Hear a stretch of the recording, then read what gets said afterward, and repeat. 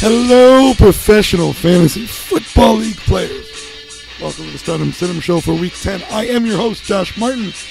Happy to be here. It is Week 10. Playoffs are just around the corner. Your team needs a win. And that's what I'm here to get you. If you're at the top of your league, then we got to keep you there. If you're in the middle, we got to make sure you get to the top. And if you're at the bottom, well, don't give up. We want to get you a little bit of respectability.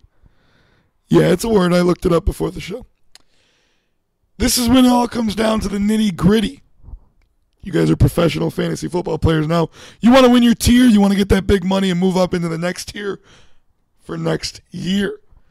So let's get started, as we always do on the show, with the buys. On buys this week is Cleveland, Green Bay, Arizona, and Washington.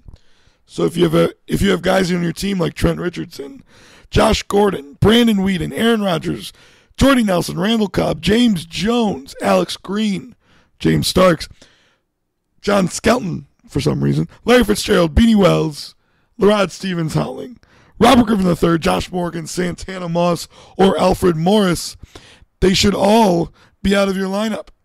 And most of them should even be on your team.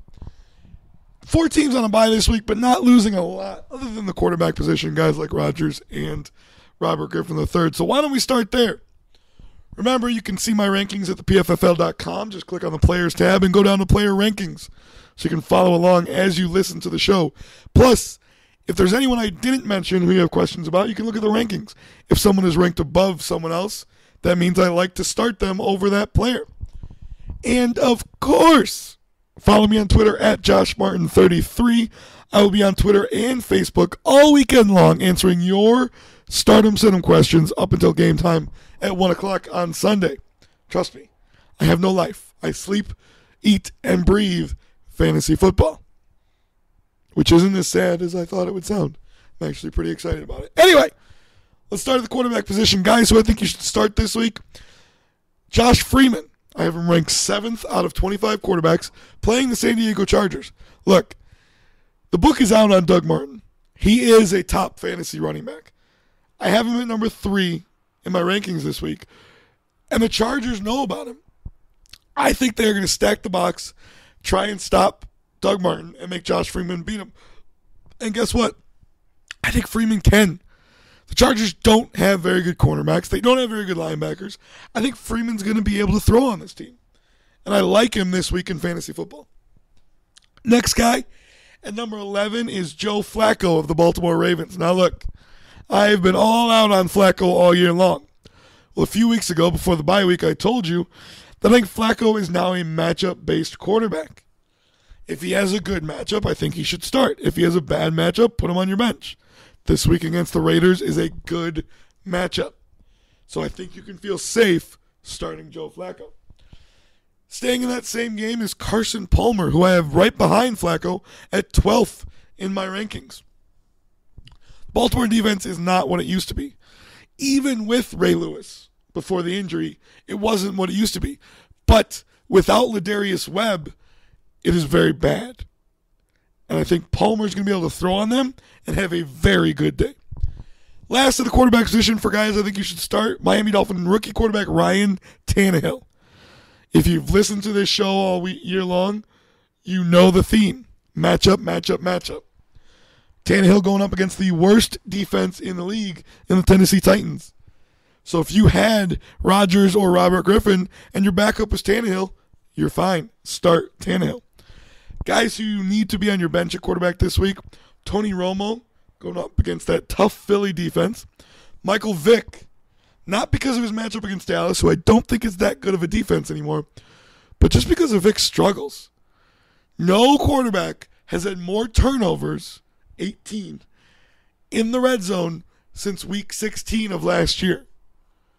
18 turnovers in the red zone for Michael Vick since week 16 of last year.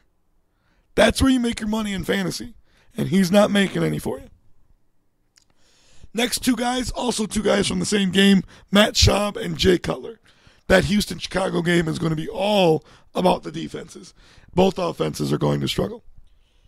As always, I give you a guy who, if you're desperate, he's a guy who you should play. and might give you some success at the quarterback position. It's Russell Wilson of the Seahawks. Now look, Seattle is not a great team. Russell Wilson has been doing better as of late.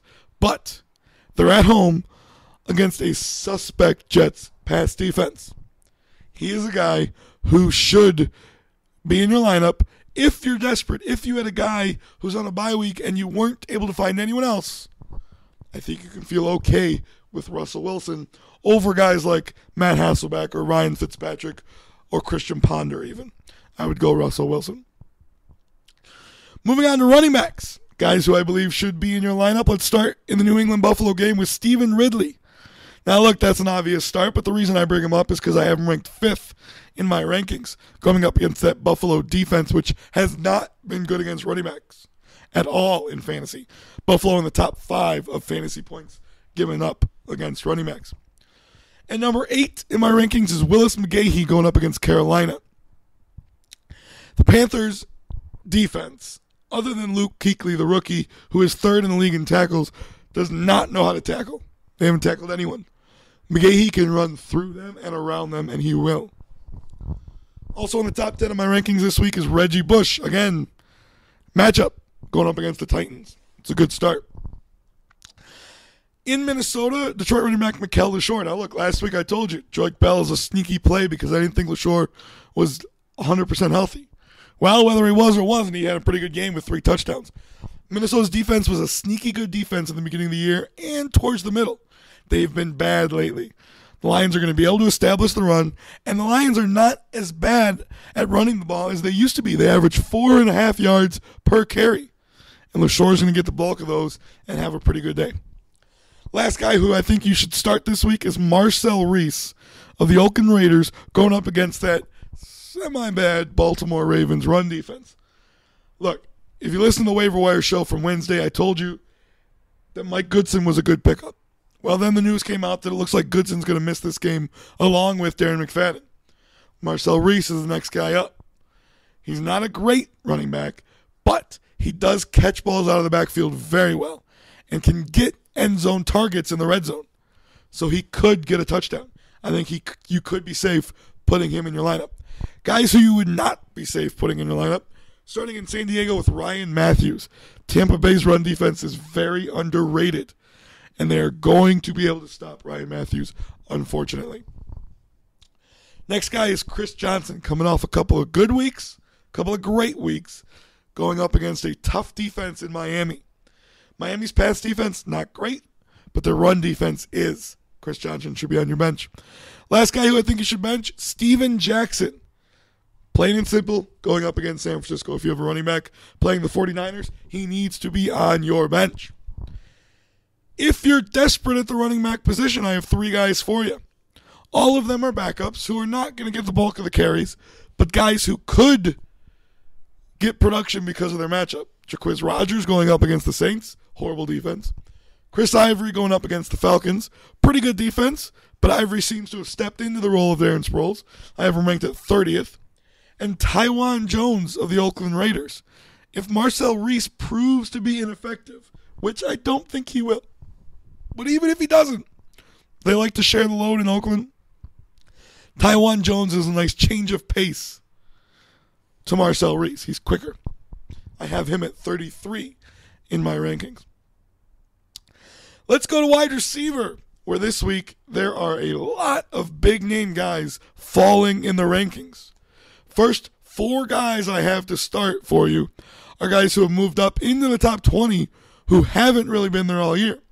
First one is Brandon Lloyd. Now look, Lloyd had a good game a couple weeks ago against St. Louis in London. I think he's on the right track now, getting familiar with Brady. He's already familiar with the offense. He's got his timing down with Brady. And speaking of timing, they go up against the Bills. It's good timing for that. At number 14, Denarius Moore of the Oakland Raiders. Again, Oakland going up against Baltimore. I think this offense could have a breakout day. 16 is my surprise ranking of the week, even surprised myself. But again, going with a theme of players going up against Tennessee, it's Brian Hartline of the Miami Dolphins. After a couple of weeks where he was basically invisible, he finally cracked the 100-yard receiving mark last week, and this week I think he could go over 150 and get a touchdown. I think he's going to have a huge day. And number 18 in the rankings is Mike Williams. I already told you, the Chargers are going to key in on Doug Martin. It's going to free up Josh Freeman to try and throw the ball, and Mike Williams is going to be there. Quentin Jammer will be on Vincent Jackson, who I think can beat Quentin Jammer. But Mike Williams is going to have a nice matchup and probably get in the end zone. Last guy who I think you should start in the same game is Malcolm Floyd. I told you the Buccaneers' run defense is the real deal, where their pass defense is not. They are 31st in the league in pass defense. Malcolm Floyd could have a very nice day at wide receiver. Guys who should be on your bench. Andre Johnson. I pushed him all the way down to 21 going up against the Chicago Bears, and truthfully speaking, I might move him down even further. Dwayne Bowe, the Kansas City Chiefs, going up against Pittsburgh. Look, Pittsburgh's defense isn't that great this year. It's okay. It's good. It's not that great. But Kansas City's offense is bad. And even though Dwayne Bowe is the only receiver they have, he hasn't been that productive. So I pushed him down all the way to 29. Right below him, another guy who should be on your bench at 30 is Dez Bryant. Now, reports came out this week that he is practicing, so that's good. Health-wise, I think he's fine. Production-wise, I think he's been horrible. Horrible. And he gets a Philly defense that has Nnamdi Asomugha, who will probably be matched up against him and probably shut him down. Last guy that should be on your bench at wide receiver is Michael Crabtree of the 49ers. St. Louis' pass defense is pretty good. Janoris Jenkins, Cortland Finnegan, they're going to be blanketing Michael Crabtree. It's going to be a tough day for Alex Smith. If you're desperate at wide receiver, I told you about Russell Wilson going up against the Gents. Well, I have Sidney Rice ranked a little bit higher than him, but Golden Tate is the guy that I think will get most of the targets for Russell Wilson. I should call it a hunch. Also, if you're desperate, in Detroit, Ryan Broyles, the rookie. Titus Young, again, ranked slightly ahead of him, but Broyles I have 35th. So if you don't have Titus Young on your team, because Titus Young was drafted, pick up Broyles. Broyles getting a lot of red zone targets as well.